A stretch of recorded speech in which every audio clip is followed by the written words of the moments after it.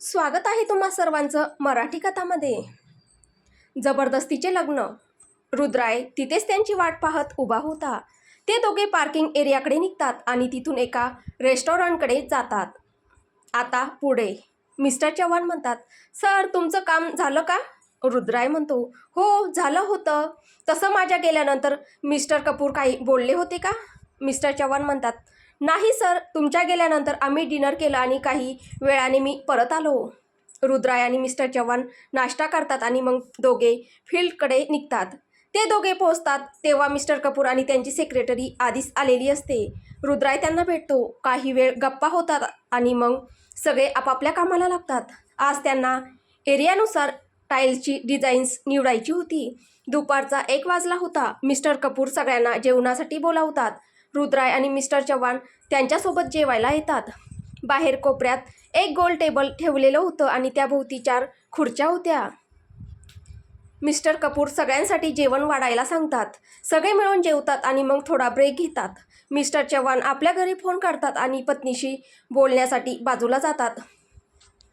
तर mister कपूरांच्या पत्नीचाही phone येतो, त्यामुळे तेही बोलू लागतात. रुद्राय फोन पाहत बसला होता. तो स्वतःच्या आणि ईश्वरीच्या लग्नाचे फोटो पाहत होता. तेवढ्यात त्याच्या रिसेप्शनचा एक फोटो समोर येतो, ज्यात एंट्रीच्या वेळी तो ईश्वरीचा हात धरून तिच्याकडे पाहत असतो. तो फोटो पाहून रुद्रायच्या चेहऱ्यावर हलकीशी स्मितरेषा उमटते. काही क्षण विचार करून तो तोच फोटो आपल्या होम स्क्रीनवर सेट करतो. मिस्टर कपूर यांची सेक्रेटरी बऱ्याच वेळेपासून रुद्रायकडेच पाहत होती. ती त्याच्या समोर येऊन विचारते, तुम्हाला काही हरकत नसेल तर मी इथे बसू शकते का मिस्टर राठोड? रुद्राय म्हणतो, हो बसा ना, मला काही हरकत नाही. सेक्रेटरी म्हणते, थँक्यू. मी आजपर्यंत खूप लोकांसोबत काम केलं आहे, पण तुम्ही त्या सगळ्यांपेक्षा वेगळे आहात मिस्टर राठोड. रुद्राय फोन पाहत होता, पण तिचं बोलणं ऐकताच तो फोन लॉक करून बाजूला ठेवतो. तो तिच्याकडे पाहत हलकसा असतो आणि म्हणतो, तुमच्या कौतुकाबद्दल धन्यवाद. सेक्रेटरी म्हणते, सॉरी मी तुम्हाला त्रास देत आहे, पण सर मॅडमशी बोलत आहेत आणि मला एकटं बसायला बरं वाटत नव्हतं, म्हणून मी तुमच्याशी बोलायला आले. रुद्राय म्हणतो, काही हरकत नाही, इतकं तर चालतंच. मिस्टर चव्हाण देखील त्यांच्या पत्नीशी बोलत होते, म्हणून मीही फोन वापरू लागलो. त्यांची सेक्रेटरी हसत म्हणते, बरोबर म्हणताय तुम्ही. लग्न झालेले लोक आपल्या जोडीदारांशी बोलत आहेत आणि आपण सिंगल लोक कंटाळलो आहोत. रुद्राय हलकसा असतो. तो आणखी काही बोलणार इतक्यात त्याचा फोन वाजतो. स्क्रीनवर पायलचं नाव दिसत होतं. तो त्या सेक्रेटरीला म्हणतो, एक्सक्यूज मी प्लीज, मला हा कॉल घ्यावा लागेल.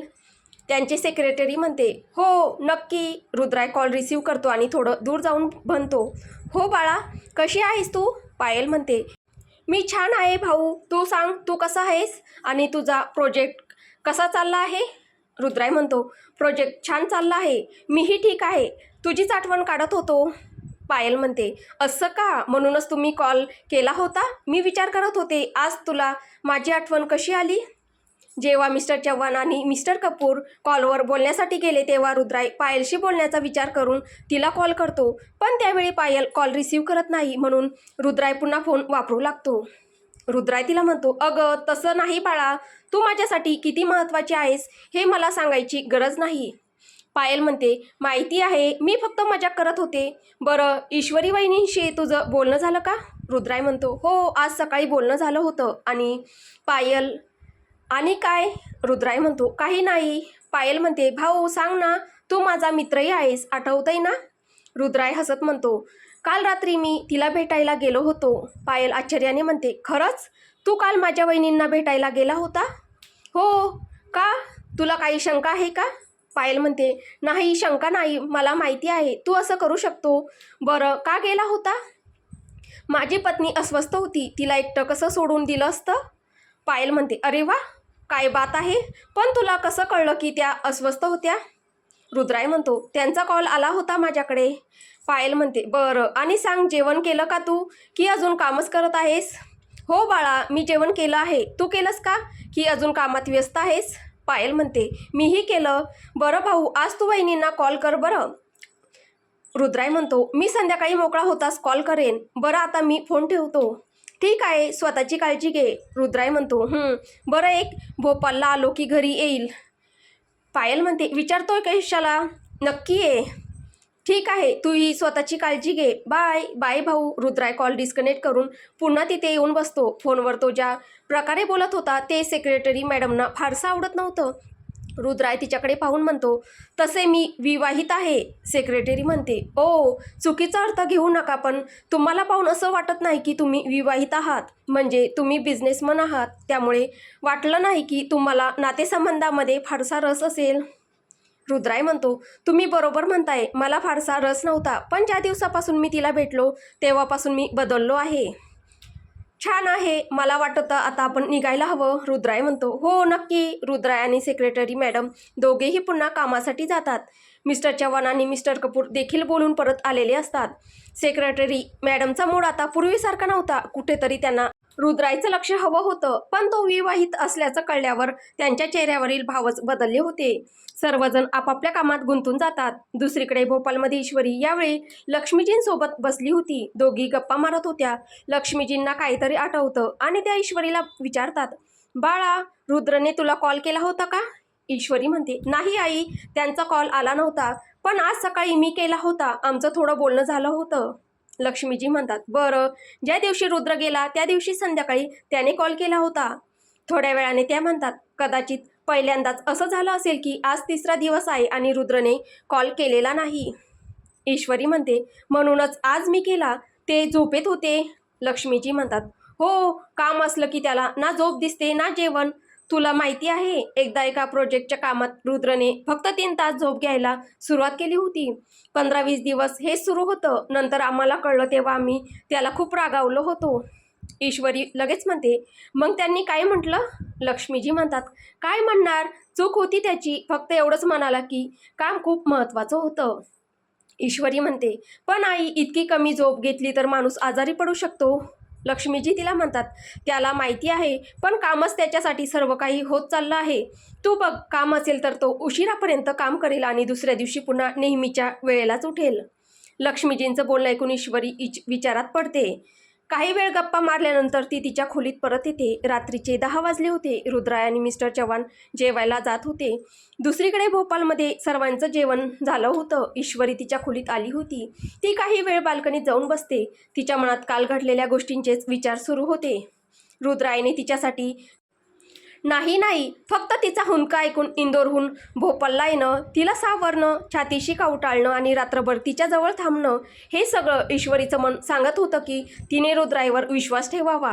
तो चांगला माणूस आहे, पण तिचं मनच त्याला विरोध करत होतं. ईश्वरीला माहीत होतं की तो खरोखर तिची काळजी करतो, पण तिच्या मनाच्या दृष्टीने रुद्र तिच्याशी चांगला वागतो, कारण त्याला तिच्या वडिलांच्या मृत्यूचं प्रायश्चित्त करायचं आहे. ईश्वरी जेव्हाही रुद्रायबद्दल सकारात्मक विचार करण्याचा प्रयत्न करायची, तेव्हा तिच्या डोळ्यांसमोर तिच्या वडिलांचा चेहरा यायचा. रुद्रायने इतकं सगळं करूनही ईश्वरी त्याला, या नात्याला स्वीकारू शकत नव्हती आणि कदाचित तोपर्यंत स्वीकारूही शकणार नव्हती जोपर्यंत तिला तिच्या वडिलांच्या खुन्याबद्दल सत्य कळत नाही. दुसरीकडे इंदोरमध्ये रुद्राय आणि मिस्टर चव्हाण जेवण करून परत येतात. मिस्टर चव्हाण त्यांच्या खोलीत विश्रांतीसाठी जातात, तर रुद्राय त्याच्या खोलीत येऊन कामाला लागतो. आज त्याच्या इंदोरमधील मुक्कामाला 4 दिवस झाले होते. उद्या शेवटचा दिवस होता. उद्याचं काम पूर्ण झाल्यावर त्याला भोपाळला परतायचं होतं, त्यामुळे आजच त्याला हे काम पूर्ण करायचं होतं. रुद्राय फोनमध्ये वेळ पाहतो. काम करता करता रात्रीचे 2 वाजतात. त्याने ईश्वरीला कॉल करण्याचं सांगितलं होतं, पण ती गोष्ट तो पूर्णपणे विसरून जातो आणि दुसरीकडे ईश्वरी अजूनही झोपलेली नव्हती. त्यामुळे असं म्हणता येईल की आज ती रुद्रायच्या फोनची वाट पाहत होती. रुद्राय रात्री 2 वाजता लॅपटॉप बाजूला ठेवतो आणि येऊन बेडवर आडवा होतो. तेव्हाच त्याला आठवतं की त्याने ईश्वरीला कॉल करायचं सांगितलं होतं. रुद्राय बराच वेळ विचार करतो आणि मग ठरवतो की तो फक्त एक रिंग देईल. जर ईश्वरी झोपली असेल तर तो उद्या कॉल करेल किंवा ईश्वरीच त्याला कॉल करेल. रुद्राय फोन घेतो आणि ईश्वरीला कॉल करतो. अजून 10 सेकंदही झाले नसतात तोच रुद्राय कॉल कट करतो. तिकडे ईश्वरी खोलीत येते. तोपर्यंत कॉल कट झालेला असतो. ईश्वरी फोन तपासते आणि पुन्हा कॉल करते. रुद्राय लगेच कॉल उचलतो आणि म्हणतो, हॅलो, अजून झोपल्या नाहीत का तुम्ही? ईश्वरी म्हणते, नाही, ते मला झोप येत नव्हती. रुद्राय म्हणतो, काय झालं, तुम्ही ठीक आहात ना? ईश्वरी म्हणते, हो, मी ठीक आहे, पण तुम्ही इतक्या उशिरापर्यंत का जागे आहात? रुद्राय म्हणतो, ते मी काम करत होतो, आत्ताच आडवा झालो आणि आठवलं की तुम्हाला कॉल करायचा बोललो होतो. मला वाटलं तुम्ही झोपल्या असाल म्हणून कॉल कट केला होता. ईश्वरी म्हणते, बरं तुम्ही काय करत होतात? रुद्राई तिला म्हणतो, सांगितलं ना तुम्हाला काम करत होतो. ईश्वरी म्हणते, इतक्या उशिरापर्यंत?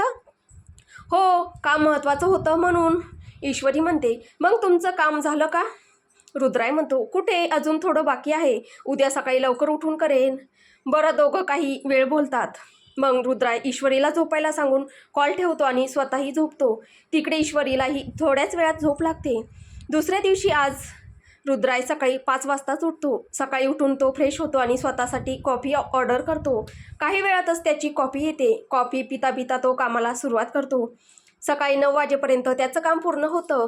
रुद्राई मिस्टर चव्हाणांना कॉल करतो आणि त्यांना नाश्त्यासाठी यायला सांगतो. काही वेळातच दोघे नाश्त्यासाठी निघतात. मिस्टर चव्हाण आणि रुद्राई यांच्या ऑर्डर्स यायला अजून वेळ होता. तेव्हा रुद्राई त्यांना म्हणतो, मिस्टर चव्हाण, आज शेवटचा दिवस आहे, आठवतंय ना? मिस्टर चव्हाण हसत म्हणतात, हो सर, मला आठवतंय. काही विशेष आहे का? रुद्राई म्हणतो, नाही, विशेष काही नाही. मी विचार करत होतो की जर आपण रात्री 8-9 वाजेपर्यंत मोकळे झालो तर आजच भोपाळला निघू. तुम्हाला काही अडचण तर नाही ना? मिस्टर चव्हाण म्हणतात, तुम्हाला योग्य वाटेल तसं करा सर, आणि माझी गोष्ट असेल तर मला काहीच अडचण नाही. रुद्राई म्हणतो, ठीक आहे, मग प्लॅनमध्ये काही बदल झाला तर तुमच्या कुटुंबाला कळवून टाका. मिस्टर चव्हाण, हो सर, ठीक आहे. तोपर्यंत त्यांचा नाश्ता येतो. दोघे नाश्ता करतात आणि मग फील्डकडे निघतात. गाडी चालवत असताना रुद्राई विचार करत होता, आज 4 दिवस झाले आणि मी आईला कॉलच केला नाही. चला, आज दिवसा कॉल करतो. रुद्राई आणि मिस्टर चव्हाण दोघेही फील्डवर पोहोचतात. नेहमीप्रमाणे मिस्टर कपूर त्यांच्या सेक्रेटरीसह तिथे आधीपासूनच उपस्थित होते. त्यांची ही सवय रुद्राईला खूप आवडली होती. ते नेहमी वेळेआधी कामासाठी येतात. याचा त्याच्यावर वेगळाच प्रभाव पडला होता. रुद्राई कामाला सुरुवात करतो. काम करता करता दुपार होते. रुद्राईने इंजिनिअरिंग केलेली होती, त्यामुळे फील्ड वर्क आणि स्ट्रक्चर डिझाईन ही दोन्ही कामं त्याला उत्तम प्रकारे जमत होती. मिस्टर कपूरांनी अनेक डिझायनर्सना भेटून त्यांच्याशी चर्चा केली होती, पण कोणीही त्यांच्या अपेक्षेनुसार काम करू शकत नव्हतं. म्हणूनच त्यांनी रुद्राईची मदत मागितली होती. साधारण 2 वाजता सर्वजण जेवण करतात. रुद्राईला लक्ष्मीजींशी बोलायची खूप इच्छा होती, म्हणून तो पटकन जेवण आटोपतो आणि त्यांना कॉल करतो. हॅलो आई, कशी आहेस तू? लक्ष्मीजी म्हणतात, आम्ही ठीक आहोत, तू सांग. मीही ठीक आहे आई. रुद्राई पुढे काही बोलत नाही. लक्ष्मीजी काही क्षण शांत राहतात आणि मग विचारतात, काय झालं रुद्र? रुद्राई म्हणतो, काही नाही आई, इतके दिवस तुमच्याशी बोलणं झालं नव्हतं म्हणून कॉल केला.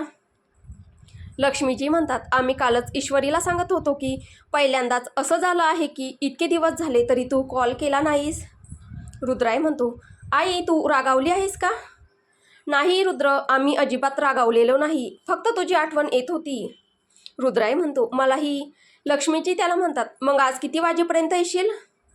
रुद्राई म्हणतो, अजून काही ठरलेलं नाही आई, रात्रीपर्यंतही येऊ शकतो आणि उशीर झाला तर उद्या सकाळी येईल. लक्ष्मीजी म्हणतात, जेवण केलंस ना बेटा? हो आई, केलं, पण तुझ्या हातचं जेवण खूप मिस करतोय. लक्ष्मीजी म्हणतात, उद्या तुझ्या आवडीचा स्वयंपाक करणार आहे.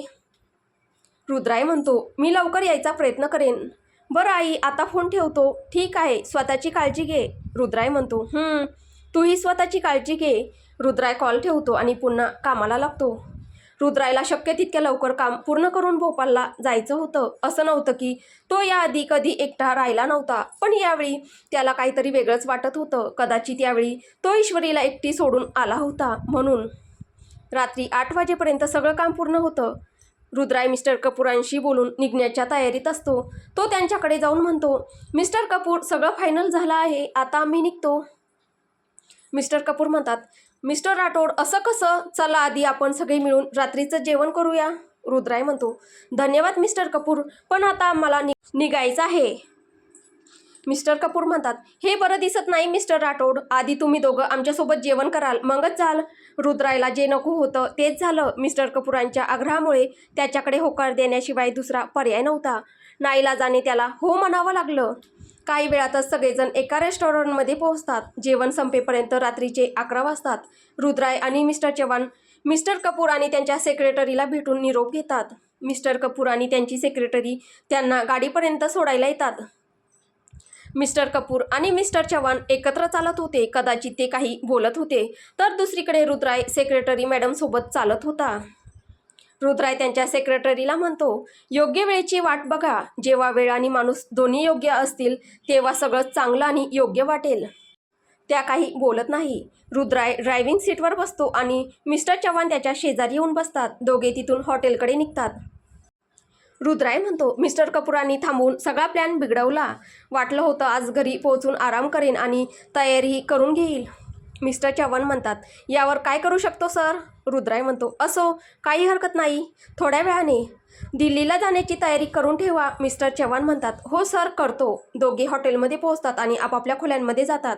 रुद्राय लक्ष्मीजींना उद्या येणार असल्याचा मेसेज पाठवतो आणि मग लॅपटॉप घेऊन पुन्हा कामाला लागतो. दुसरीकडे ईश्वरीला झोप येत नव्हती. ती कपाट उघडते आणि तिच्या साड्या नीट लावू लागते. साड्या आवरत असताना तिची नजर त्या गिफ्ट बॉक्सवर पडते. ईश्वरी बॉक्स उघडते आणि त्यातील चिठ्ठी पुन्हा वाचते. तिला त्या दिवशीचा प्रसंग आठवतो. रिसेप्शननंतर ती आणि लक्ष्मीजी जेव्हा आलेले गिफ्ट्स पाहत असतात, त्यातील जे दागिन्यांची बॉक्स होते ते लक्ष्मीजी तिला देतात आणि म्हणतात, तुझ्याकडे हे सर्व दागिने ठेव. ईश्वरी जेव्हा ते दागिने घेऊन आपल्या खोलीत येते तेव्हा तिला एका बॉक्समध्ये एक अंगठी दिसते आणि त्याच्यात एक चिठ्ठी ठेवलेली असते आणि त्यात लिहिलेलं असतं, प्लीज माझी मदत करा. त्याच्यावर एक नंबर दिलेला असतो. आता तिला ते सर्व आठवत असतं. ती काही वेळ विचार करते आणि मग वेळ पाहते. रात्रीचे 11:30 वाजले होते. ईश्वरी दुसऱ्या दिवशी त्या नंबरवर कॉल करायचं ठरवते आणि बॉक्स पुन्हा जागेवर ठेवते. काही वेळाने ती येऊन झोपते. दुसऱ्या दिवशी रुद्राय सकाळी 6 वाजता उठून तयार होतो. मिस्टर चव्हाणही तयार झालेले असतात. सकाळी 7:30 वाजता दोघे हॉटेलमधून चेकआउट करतात आणि हलक्या नाश्त्यासाठी जातात. नाश्ता झाल्यानंतर ते भोपाळकडे निघतात. दुपारी 12 वाजेपर्यंत ते भोपाळला पोहोचतात. मिस्टर चव्हाणांना सोडल्यानंतर रुद्राय राठोड भवनकडे निघतो. विशालजी सकाळीच ऑफिसला गेलेले असतात. ईश्वरी आणि लक्ष्मीजी स्वयंपाकघरात काम करत होत्या. रुद्राय राठोड भवनमध्ये येतो, गाडी पार करतो आणि आत येतो. लक्ष्मीजी नुकत्याच त्यांच्या खोलीत गेलेल्या असतात. रुद्राय ट्रॉली बॅग हॉलमध्येच ठेवतो आणि लक्ष्मीजींना शोधत त्यांच्या खोलीत जातो. रुद्रायला पाहताच लक्ष्मीजींच्या चेहऱ्यावर हास्य उमटतं. रुद्राय त्यांच्याजवळ येतो आणि त्यांच्या पाया पडतो. लक्ष्मीजी त्याला मिठी मारतात. रुद्राय त्यांच्यापासून अलग होतो. त्याने खांद्यावर लॅपटॉप बॅग अडकवलेली असते. ती पाहून लक्ष्मीजी म्हणतात, बॅग तरी खाली ठेवायची आणि कधी आलास तू? आत्ताच आलो आई. घाईत बॅग काढायची राहून गेली. लक्ष्मीजी म्हणतात, कसा आहेस तू? मी अगदी ठीक आहे. तू कशी आहेस? लक्ष्मीजी म्हणतात, आम्हीही ठीक आहोत. वेळेवर जेवत नसेल तू. तुझं वजन कमी झाल्यासारखं वाटतंय. रुद्राय त्यांचे गाल हलकेच पकडत म्हणतो, तुम्हाला तसं वाटतंय आई? लक्ष्मीजी म्हणतात, चल आता तू जाऊन कपडे बदल. आम्ही तुझ्यासाठी काहीतरी खायला बनवतो. ठीक आहे. रुद्राय तिथून खोलीकडे जाऊ लागतो. पण त्याला स्वयंपाकघरातून काही आवाज येतो म्हणून तो स्वयंपाकघरात येतो. ईश्वरी तिथे उभी राहून काहीतरी विचार करत होती. रुद्राय काही क्षण विचार करतो आणि मग तिच्याजवळ येतो. ईश्वरी काही बोलण्याआधीच तो तिला आपल्याजवळ ओढून छातीशी कवटाळतो. त्याचा एक हात तिच्या कमरेवर तर दुसरा हात तिच्या पाठीवर होता. ईश्वरी काही बोलणार इतक्यात तो तिच्या कानाजवळ हळूच म्हणतो, प्लीज भारी आहे. रुद्रायचं बोलणं ऐकल्यावर ईश्वरी काहीच बोलत नाही. ती फक्त आपले हात रुद्रायच्या पाठीवर ठेवते. रुद्रायची तिच्यावरील पकड आणखी घट्ट होते. काही वेळ तो तिला तसाच मिठीत घेऊन उभा राहतो. कविता आणि 2 नौकर बाहेर हॉलमध्येच उभे होते. लक्ष्मीजी त्यांच्या खोलीतून स्वयंपाकघराकडे येतात आणि त्या दोघांना पाहून तिथेच थांबतात. त्यांच्या चेहऱ्यावर स्मित होतं. साहजिकच त्या आनंदी होत्या की त्यांचा मुलगा आणि सून एकत्र आनंदात आहेत. काही वेळाने रुद्राय ईश्वरीपासून दूर होतो. तो खोलीत जाण्यासाठी वळतो तेव्हा त्याला लक्ष्मीजी तिथेच उभ्या दिसतात. त्यांना पाहून दोघांचेही चेहरे लाजेने लाल होतात. रुद्राय नजर खाली करून सरळ आपल्या खोलीकडे निघून जातो, तर ईश्वरीही वळून पुन्हा काम करू लागते. लक्ष्मीजी तिच्याजवळ येतात आणि तिला चिडवत म्हणतात, आम्हाला वाटत नाही की आता आमच्या मुलाला आमच्या हातचं काही खायची इच्छा असेल. ईश्वरी लाजत म्हणते, तसं काही नाही आई. ते तर फक्त. लक्ष्मीजी म्हणतात, ते तर फक्त काय? ईश्वरी म्हणते, काही नाही. लक्ष्मीजी तिचा चेहरा आपल्या दिशेने वळवतात आणि म्हणतात, यात इतकं लाजण्यासारखं काय आहे?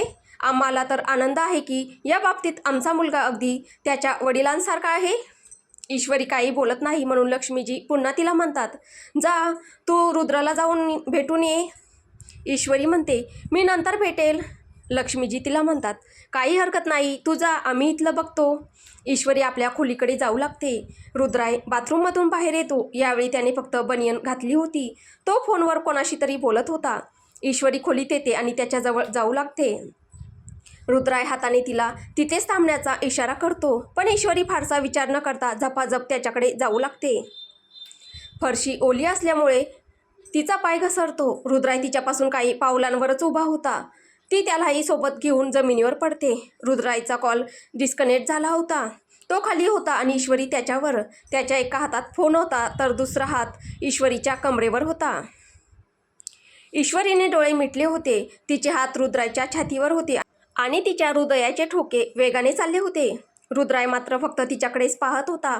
काही क्षणाने ईश्वरी डोळे उघडते. दोघांची नजरानजर होते, पण लगेचच ती नजर खाली करते. रुद्राय तसाच विचारतो, तुम्ही ठीक आहात ना? ईश्वरी म्हणते, हो, पण हे पाणी आलं कुठून? रुद्राय म्हणतो, ते माझ्या पायांमुळे आलं. म्हणजे मी फोनवर बोलत होतो त्यामुळे पाय पुसायचं विसरलो. पण तुम्ही इतक्या घाईत कुठे जात होतात? मी थांबण्याचा इशाराही केला होता तरी तुम्ही थांबलात नाही. ईश्वरी म्हणते, तुमच्याशी बोलायला आले होते. रुद्राय तिला म्हणतो, काही महत्त्वाचं होतं का? सांगा. ईश्वरी भुवया उंचावत म्हणते, आत्ता खाली तुम्ही जे केलं ते काय होतं? रुद्राय अनभिज्ञ असल्यासारखा, मी काय केलं? काहीच तर नाही केलं. ईश्वरी म्हणते, अनभिज्ञ बनू नका. स्वयंपाकघरात येऊन मिठी मारायची काय गरज होती? रुद्राय म्हणतो, अरे हो ते होय. ईश्वरी म्हणते, हो तेच. रुद्राय म्हणतो, पण त्यात वाईट काय आहे? मी तुम्हाला फक्त मिठीच तर मारली. चुकीचं तेव्हा झालं असतं जर सगळ्यांसमोर किस केलं असतं. ईश्वरी त्याच्याकडे रोखून पाहते. रुद्राय म्हणतो, ओ सॉरी, किस करणंसुद्धा चुकीचं नसतं. स्वतःच्या बायकोलाच तर केलं असतं.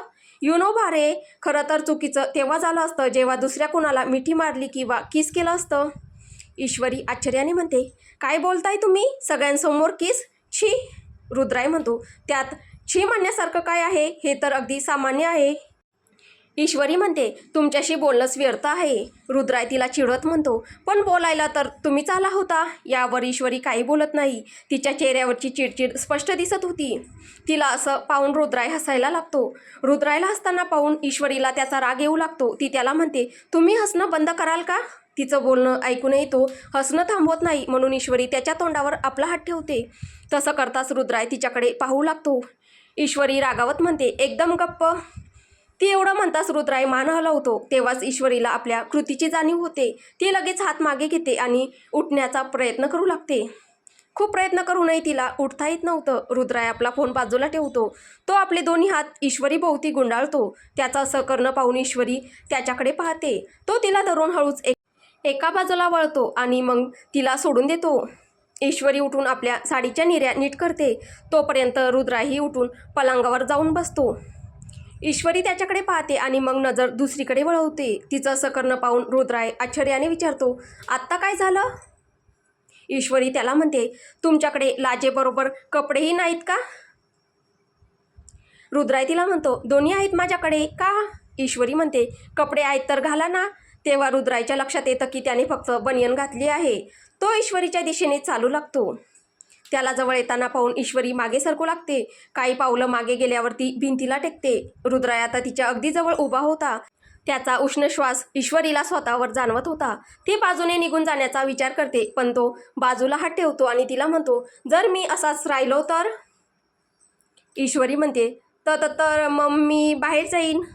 रुद्राय म्हणतो, आताच तर तुम्ही माझ्यावर अगदी आरामात पडल्या होतात, तेव्हा आठवलं नाही का? ईश्वरी म्हणते, मी तेव्हा. रुद्राय तिला म्हणतो, बरं तुम्ही एवढ्या घाबरत का आहात? ईश्वरी म्हणते, मम्मी नाही तर. रुद्राय म्हणतो, बरं. रुद्राय तिच्याकडे झुकू लागतो तर ईश्वरी डोळे मिटून घेते. तिला असं पाहून रुद्रायला गंमत वाटत होती. तो आधी तिच्या कपाळावर चुंबन घेतो, मग तिच्या नाकावरही हलकं चुंबन घेतो. ईश्वरीचा श्वास आधीपेक्षा अधिक वेगाने चालू लागला होता. रुद्राय तिच्या कानाजवळ येतो आणि हळू आवाजात बोलतो, संध्याकाळी पायलला भेटायला जातोय, तुम्हीही चला, चेकअपही होईल. हे बोलून रुद्राय मागे सरकतो. ईश्वरी काही न बोलता खोलीबाहेर निघून जाते. तिचा श्वास अजूनही सावरला नव्हता तर रुद्राय खोलीत उभा राहून हसत होता. ईश्वरी छातीवर हात ठेवत म्हणते, मला हे काय होतंय आणि याला काय झालंय, हा असं का वागत आहे. तर आता पुढे काय होईल हे आपल्याला पुढच्या भागात पाहायला भेटेल. तुम्हाला ही कथा कशी वाटते आहे कमेंटद्वारे नक्की कळवा. कथा आवडत असेल तर व्हिडिओला लाईक करा, शेअर करा. कथेचे पुढील भाग ऐकण्यासाठी आपल्या चॅनलला सबस्क्राईब करा. धन्यवाद.